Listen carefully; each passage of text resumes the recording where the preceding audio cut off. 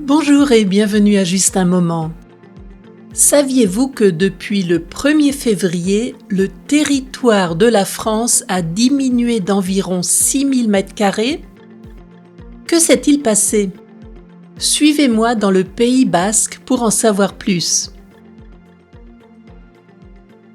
L'île des Faisans est une minuscule île située au milieu du fleuve Bidasoa. Ce fleuve marque la frontière entre la France et l'Espagne, à la hauteur des villes d'Hendaye, côté français, et d'Irún, côté espagnol. Malgré sa petite taille, à peine 150 mètres de long et 40 mètres de large, soit plus ou moins l'équivalent d'un terrain de foot, cette île possède une grande importance historique et symbolique. En effet, ce territoire est soumis à une double souveraineté. C'est ce qu'on appelle un condominium. Du 1er février au 31 juillet, l'île est sous autorité espagnole. Puis, du 1er août au 31 janvier, elle redevient française. Ce changement de gouvernance se fait chaque année depuis le XIXe siècle. Depuis quelques jours, l'île est donc redevenue espagnole. Pour comprendre cette situation extraordinaire, faisons un petit retour dans le passé. En 1659, c'est sur cette île que le traité des Pyrénées a été signé. Il s'agit d'un événement majeur pour les relations franco-espagnoles. À l'époque, la France et l'Espagne étaient en guerre depuis des décennies.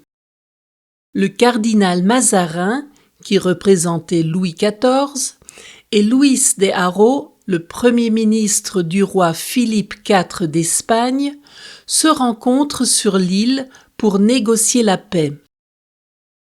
Le résultat de ces négociations?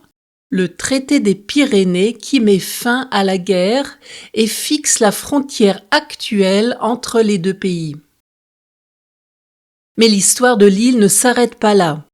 Quelques mois après la signature du traité, Louis XIV rencontre sur ce même territoire l'infante d'Espagne, Marie-Thérèse d'Autriche. Leur mariage va symboliser la réconciliation entre les deux royaumes. Plus tard, en 1856, le traité de Bayonne formalise le système de gouvernance alternée de l'île des Faisans. Ce système est toujours en vigueur. Aujourd'hui, l'île est interdite au public. Seuls les employés des villes d'Hendaye et d'Irún y ont accès pour assurer son entretien.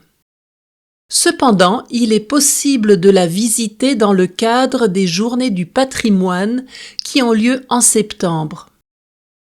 À propos, vous ne trouverez pas de faisans sur l'île des Faisans.